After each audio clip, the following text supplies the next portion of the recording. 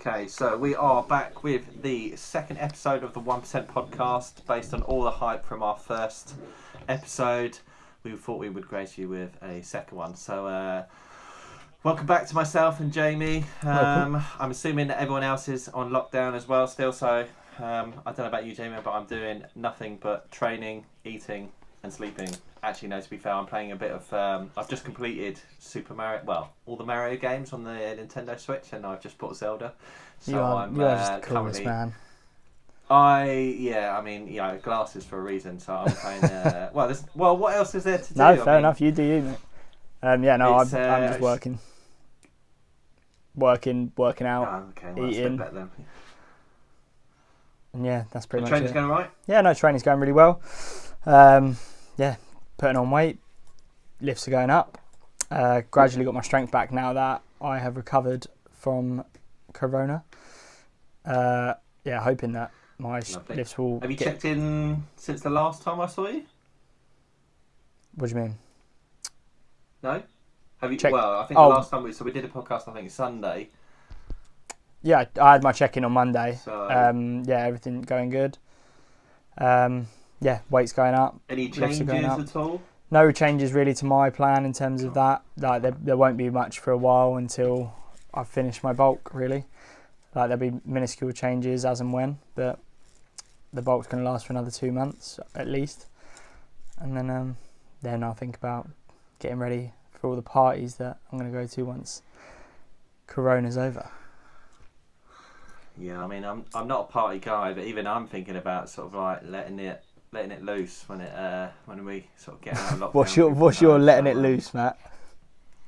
You know how funny I am already. Like it's just off the scale. So all of a sudden, like my dance is incredible. My jokes are even funnier than they already are, and I'm just a delight to be around. So yeah, I can see that. Yeah, it's a it's a good sight for people. So. Okay, so one of the things I know we talked about last time was helping a lot of people, and we put some questions out. I mean, I put some questions out for people to ask on the post earlier. Did you have any feedback from your post? Yeah, so the main kind of question that I got was really looking at gym environment, and now obviously the fact that we're not in gyms, the most part of us, than the home, like working out at home and missing being in that gym environment for workouts, like in terms of how much we kind of need not just the weights of the gym, but the actual activity of going to the gym and how that affects us, if you will. Yeah, I know what you mean. Like, well, for example, like the gym that we're both at the moment, I mean, the atmosphere is kind of one of the positives. It's kind of what Big you go shout for. out It's to a Jets. real community.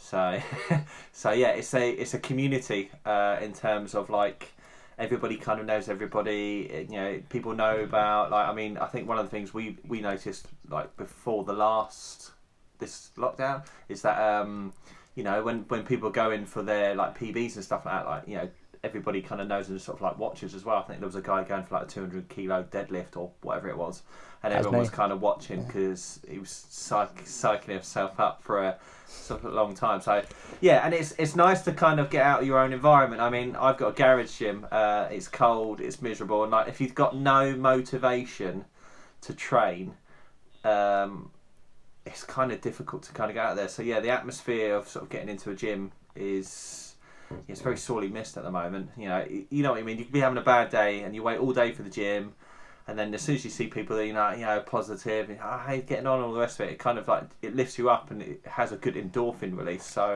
yeah. I think the mental side of it is definitely being missed more than the physical, I would say, at the moment.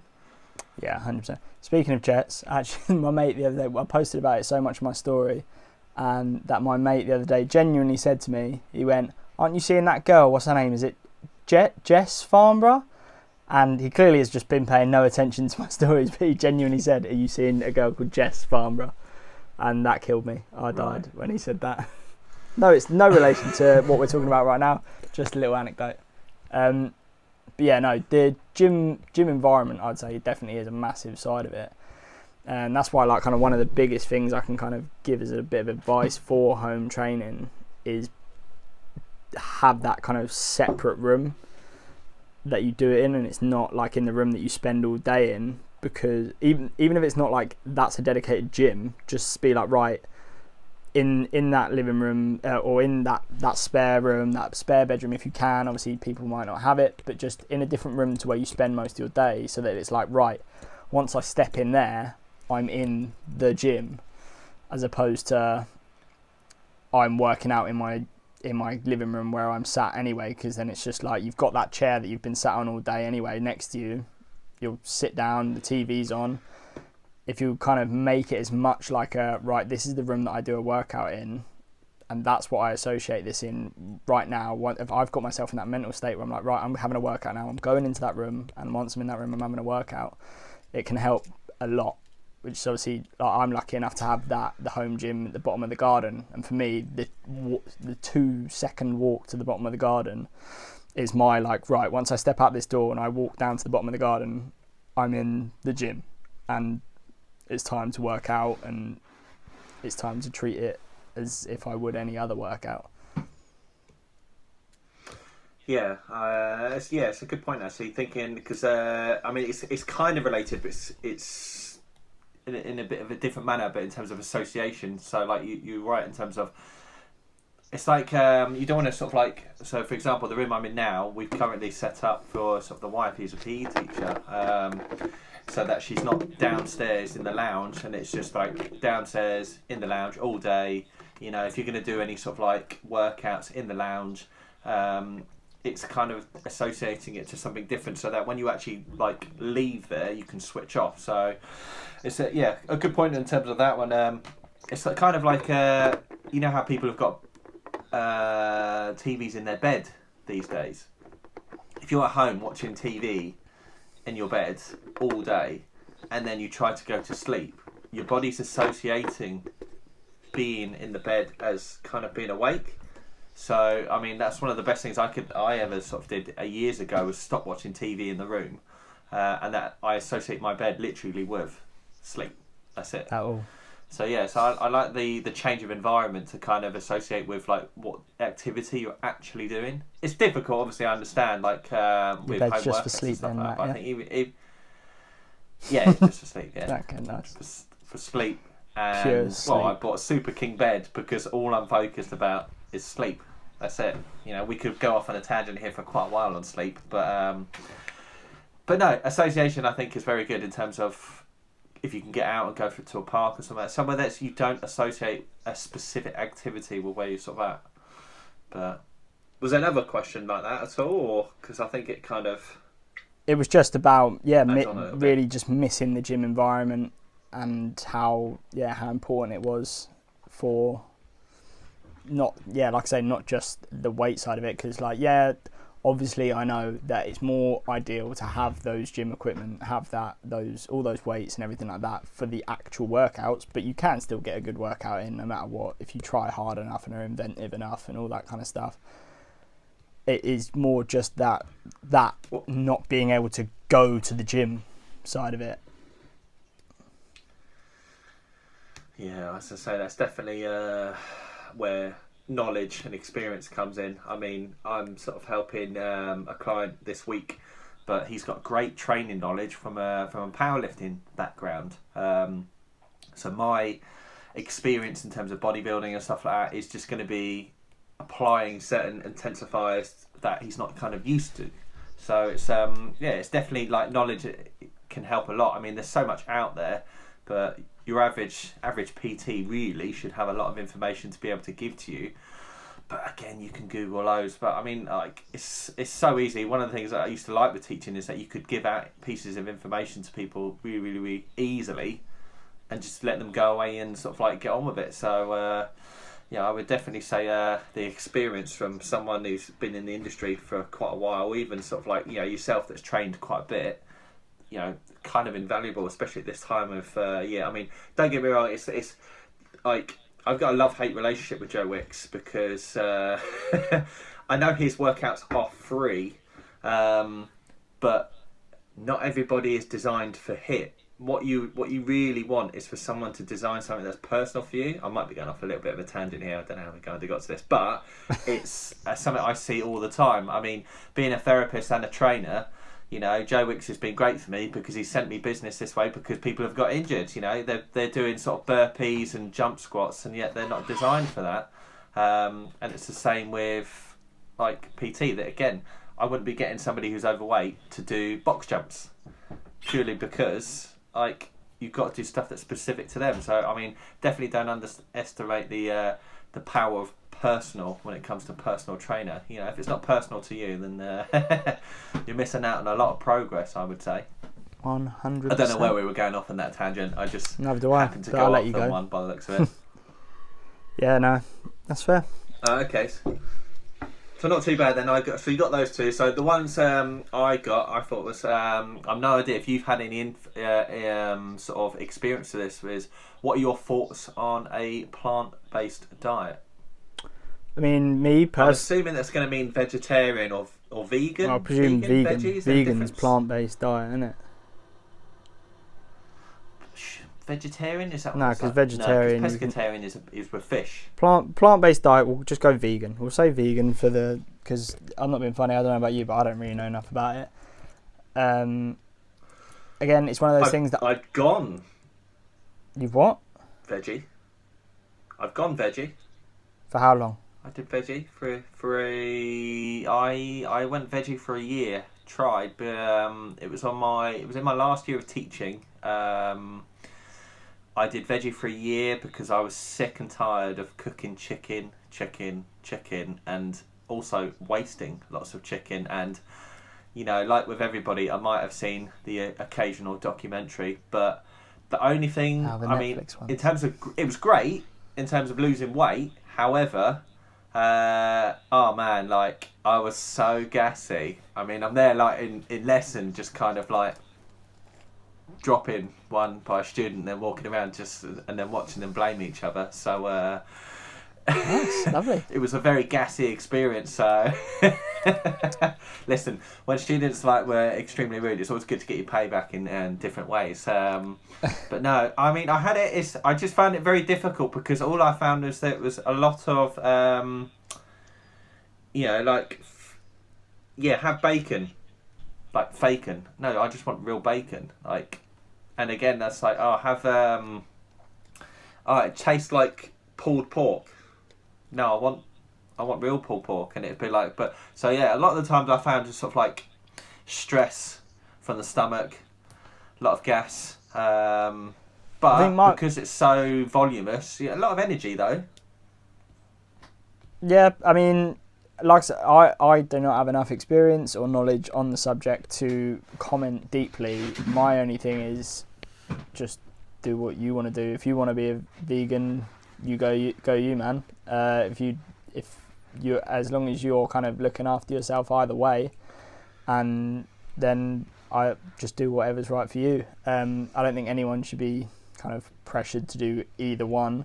Like, if your reasons for being a vegan are like moral ones, go you. Yeah, I appreciate that, and I appreciate why you're doing it, and that it probably is the right thing to do. But I personally still want to eat meat. I still want to eat the food that I eat.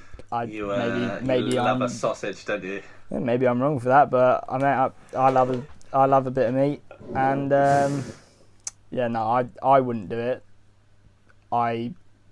Because like I say, you hear all the stories of people who go vegan and all of a sudden feel like they can take on the world with all the energy they've got and everything like that.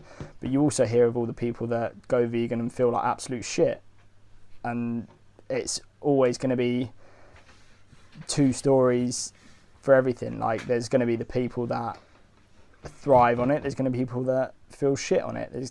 It's the same with meat. There's going to be the people that have meat and feel fueled and amazing on it, and there's going to be people that have it and it doesn't sit well with them. That's the whole point. Everyone is individuals. Same with exercise. Exercise programs are going to be good for some people and not for others. So find what works for you, and if you're happy to do that, then go for it. Yeah, it's not. I mean, it's I think that's the thing. It's finding what's good for you. I mean, I've got no issue. I've done pretty much all the diets there are. I've done keto. I've done high carb, low carb. I've done no carb. I've done veggie. What else is there? Intermittent fasting. You name it. I've pretty much done all of it. But because you kind of have to try to kind of see what works for you. So I've got a balance of all of them. Really, I can do any of them. If I feel like I don't want to eat, then I can go a good 16 hours and not eat. But like, it has to kind of reflect kind of what you do. I think you learn kind of stuff from each one. I mean, intermittent fasting was great because it gave me appreciation for food, especially when going shopping. I'm like dieting, and I'm like, oh when god, you skipped a it's meal. fine. My body's in control. I don't, skipped a meal. Yeah, intermittent fasting. So yeah, I mean, it's a good one. The one thing I don't think I enjoy with any kind of stuff like you see out there, well, this diet's best for you and all this. It's kind of like people who are married to a sort of like a way, and all they want to do is just be like, tell you this is it, this is the best one for you, and all the rest of it. I mean, did you see the documentary Game Changers? About plant-based and vegetarian. I think I watched bits of it, but again, all the Netflix documentaries are really biased towards whatever agenda they're trying to push. So, yeah, which I mean, there was a bit in it that I loved because the guy he went veggie and they were doing, and with the rope and you're sitting there and he's doing sort of like whatever it is. I can't remember what the name of the exercise is. Battle ropes. It's like you're playing the drums like that. Battle ropes. Yeah, battle ropes, but like the speed ropes. Yeah, so you're just doing the little waves in it. Right, and he was just like, I think the record on it was like 3 minutes or something like that, and he did it for an hour. So he kind of smashed it out of the park, and he was just like, yeah, this diet's making me feel great. I mean, look at this, I've done this for an hour, and I'm like, right, are we going to do any science, like any tests or anything like that? And it was just kind of so out there. I was just like, I don't know how to kind of believe this, really. It's just... You're telling me a vegetarian diet and that is great, but like, show me the science, because like this guy just doing it for an hour when the best time is 3 minutes. You're kind of like, well, is there something going on here? So yeah, I think the best thing with that like vegetarian diet, what are my thoughts on it? Perfect. If it works for you and your goals, great. If there are elements you like of it, perfect. Add those, chop and change. I mean, I've got elements of all of them. So, yeah. But you have to find what works for you as an individual. There are no two people the same. Everybody responds differently to food. So whatever you find affects yourself in a good way, perfect. And you'd say the same, yes? Yeah, I agree. Do whatever works for you. Like I said, I'm not going to comment too much on what one's better or worse because I don't know enough about it to do that. I'm not a qualified nutritionist or anything like that. I know nutrition, but I don't know anything to do with what's better about plant or meat. I'm going to admit that. But yeah, do whatever you like the taste of more and whatever makes you feel better. Well, hopefully that helps that question. I did have another question here. So, from yourself, Jamie, any tips on maintaining consistency? I think that for me personally, no one's ever going to be 100% consistent, and I think that's a problem. Is that a lot of people hold themselves to that benchmark of, oh God, if I'm not 100% consistent, I'm not being consistent, which is wrong. Because unless you are literally within the final stages of preparing for a world championship and things like that, you don't need to be 100% consistent. Like, I did a post the other day talking about my kind of journey from the beginning of going to the gym to the end, and I've had bad bouts of consistency where I have made no progress, but my overall consistency in the sense of for 6-7 years I've turned up, kept going.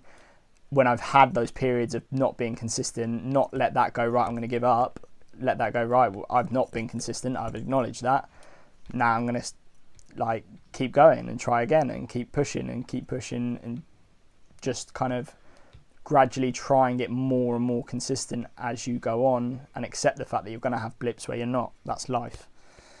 If you are 100% consistent... So what tips do you advise to actually help that? What, the actual consistency? Yeah, so for your consistency, I mean, I have a rough idea kind of sort of like for mine, but what tips do you have? What helps you to be consistent? I mean, obviously you're bulking at the moment, but then you've been dieting. When you've been dieting, what's helped you with consistency for dieting? I think more just having a good reason why you want to do it is a big thing. Like, just remember having that thing that's pushing you to do it, and thinking about that in those moments that you don't want to do it. Like, if you think, oh, I really can't be bothered for this, think, well, sure, right this second I can't be bothered, but in 2 weeks' time, what are you gonna look back and think, yeah, that I made the right decision there. That made me feel good. That got me closer to where I wanted to be. And yeah, just having that, and also like for me, the dieting side.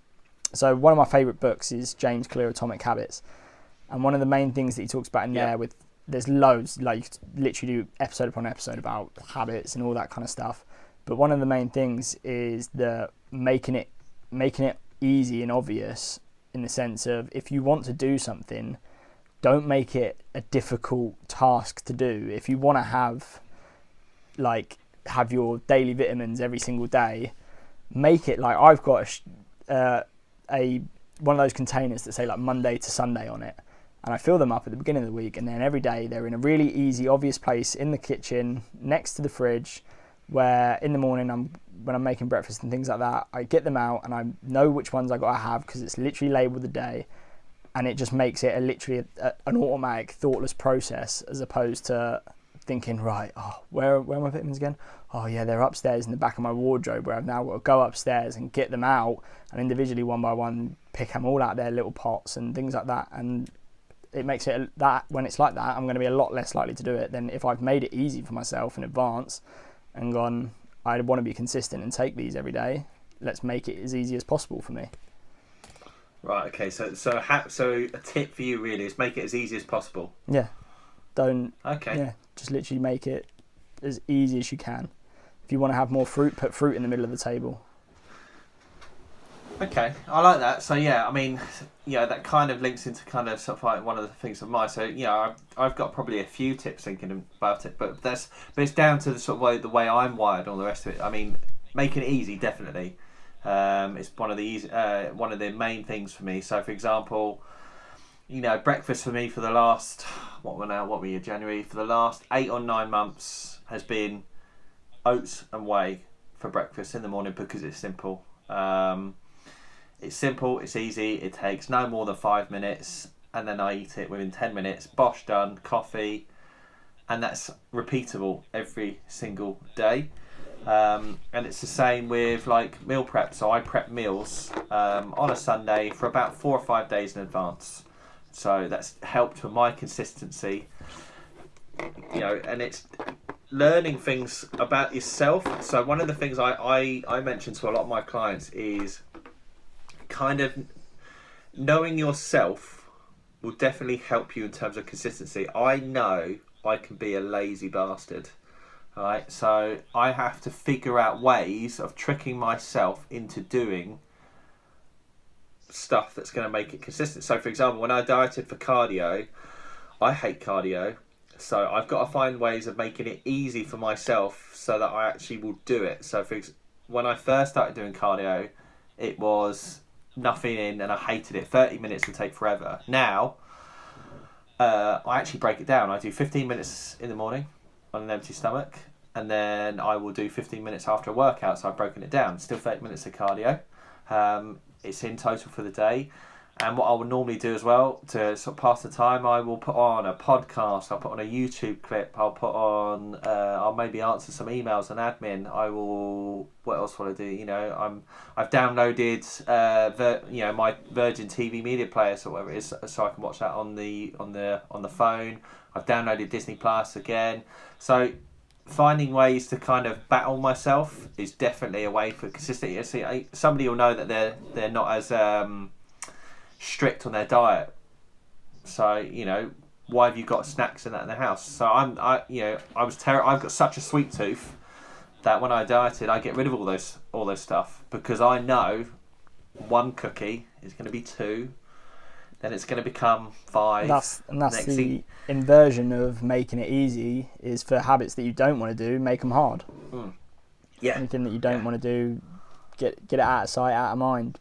Like, that's what I was saying to my client, and Andrea the other day she was talking about chocolate and how she wants to get at it. I was like, well, bury that, put it. I'm not saying bin it. Like obviously, if you want to have chocolate, but put it at the back of the cupboard so that it is hidden away and hard, so that if you want to have chocolate, you are making a real conscious effort to go, right, I am going to go in, find that chocolate and actively have it, as opposed to it being the first thing you see when you open the door that you can just grab and go, yep, there you go. Make it hard so that you have to go out of your way to think about it and do it. Okay, yeah, I like that. Any tips for consistency? Yeah, I'm trying to think now, really, to be fair. I get all my fun. Yeah, make it fun. But I get all my clients to I give them a habit an accountability tracker that's literally just labelled Monday to Sunday, 4 weeks of it, and over their time, the 3 things I get them to track on it is their water, their steps, and their nutrition, and they just like dab it off in the colour that it says on the key if they've hit it for that day. And that way you can look back over the 4 weeks, look back over your month and be like, right, was I consistent? Was I not? And I say you want to be looking to get about 80% on it. 80% consistency is good. That's you're consistent enough that you're doing well, sort of thing. And it's not an unrealistic expectation of having to hit 100% sort of thing. Because I think a lot of the time as well is that you can lie to yourself about how consistent you've been. You could look back over the month and be like, I worked really hard. But if you look back at the figures and be like, well, I didn't. I worked hard for 3 days a week, which made me feel like I was working hard. But those other 4 days, I clearly wasn't, because I wasn't hitting any of my goals. Okay, so tracking is definitely something that, by the sounds of it, is a good tool, and I would agree with that. I mean, I've got on my phone, for myself, for my own self, I've got all my numbers for all my sessions. So when I go into the gym, I know what I'm going to do. Plus, it also gives you something to look forward to. You don't, and again, I think that ties in. If you're looking forward to something, you enjoy it, you're more likely going to go do it. I mean, I don't know people that really go out and do stuff that they don't enjoy. I mean, it's definitely something that is a skill that has to be taught and made aware of. But yeah, I would definitely say tracking stuff is, because you're as well, when you succeed in something, I think you remember telling me a story of your client never benched 60 kilos before, and then but you're tracking it, and because he's being set new goals every time you come in, he's experiencing success. And I think success is contagious. And it's definitely something, it's an endorphin release. I mean, I can imagine how happy he would have been when he left that session smashing out 60 kilos for the first time in his life, never been able to do it. And yet, you've instilled sort of a positive reinforcement in terms of a memory for him to go, do you know what, I really enjoy this. Yeah. Let's keep going to the gym. But again, I'll be honest, having a coach and to keep yourself accountable is definitely a way of kind of helping with that consistency. I've probably made more progress in this past year than I have done in the past 10 by hiring 2 different coaches to get me into the shape that I wanted to, but also finding a coach for me that was, who I wanted to work with, but, had kind of pride in, wanting to get me to a goal and achieve it. But so yeah, and then once you do, you just pick up their kind of habits. I mean, your clients probably now do stuff that from you that they picked up from you, and you'll probably see it in them. I see in my clients a lot them picking, doing stuff that they picked up from me, and it's kind of have you ever seen that GIF when you use a word for a long time, and then your friend starts to say it, and he just looks and he just goes, yeah. Yeah, that's kind of what it's like, when you see sort of clients doing it on their own. So it's, yeah, I would definitely say those are kind of sort of the main tips. So you sort of definitely you're looking for fun, accountability. I definitely say, like you say, not being too hard on yourself. 80% is better than 0%. You can aim for perfection as much as you like. Well, 80% all the time is better than 100% some of the time, and then followed up by a period of 0%. Yeah. That ties in quite well actually. With I did a diet with a coach when I was teaching I did it for 12 weeks. I hated it. I felt like they were not invested in my progress. You know, I don't get me wrong, I trained like really well, probably the strongest I'd ever been. 2 weeks later, I got rid of, because I hadn't had any of the foods I wanted for 12 weeks. I binged and I didn't touch a gym for 6 months. Because it just, the way it kind of left a mark on me, I just kind of was like, I'm not doing this again. So, whereas I learned those lessons quite hard for this last year. And I'm consistently now probably the strongest I've ever been. Best body composition. I'm enjoying training more. And it reflects in terms of who you're sort of being around with as well, which is quite good. 100%. I agree. Yeah. Have you got any more at all? Or? No, nothing really to touch on anymore.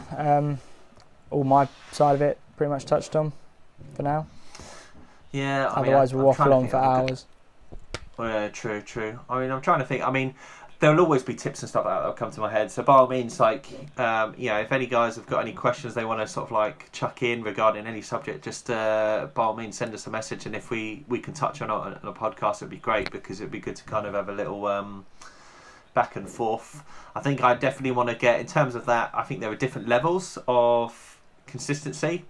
Like one of my clients who's prepping for a show, Zoe, you talk about consistency.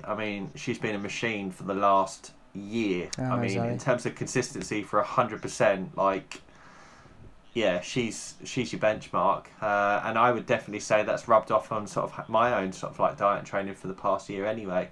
But then there are other clients as well. But again, then she's looking to compete, whereas it's not someone general population. So it's kind of different, yeah. Like I say, lifestyle, I've got lifestyle. There's difference between doing it for your life and health and just to have fun with it and get better at it and something like that, than, like I say, competing to win.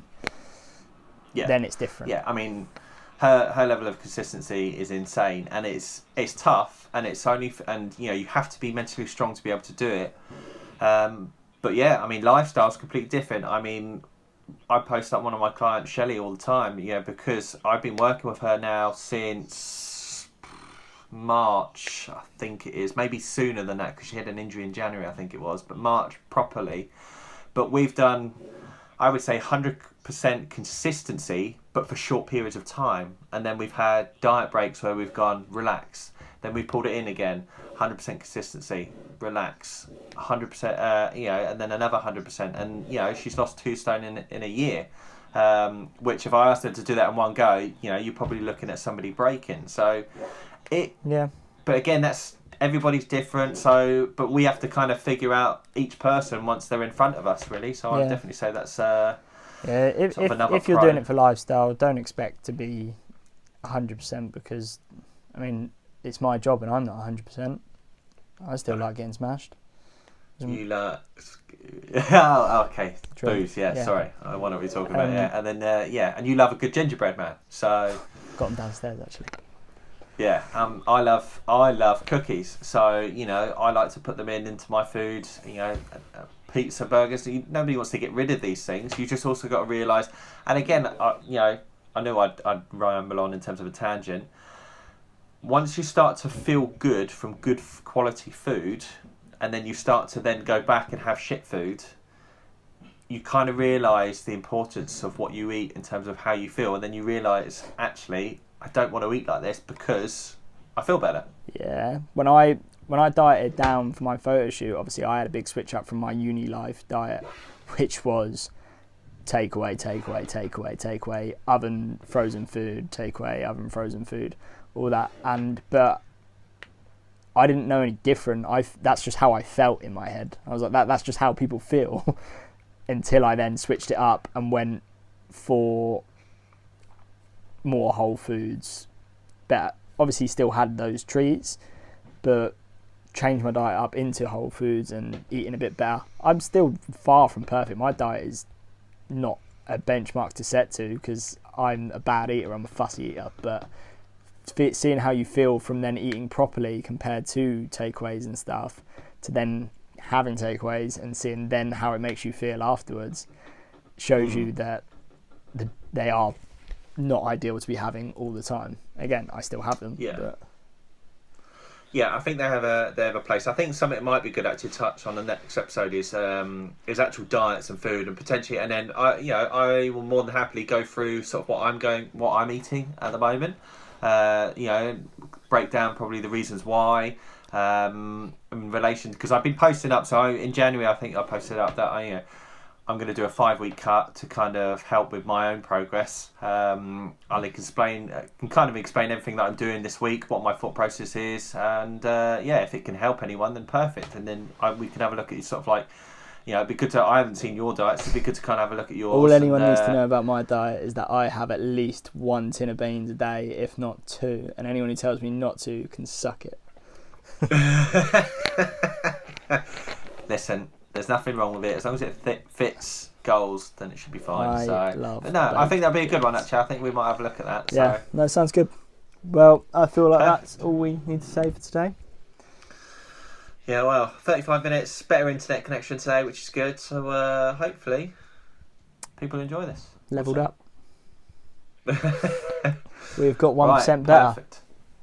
Well, actually, it's probably a lot better because that first one was a shambles in terms of internet. Sorry, people.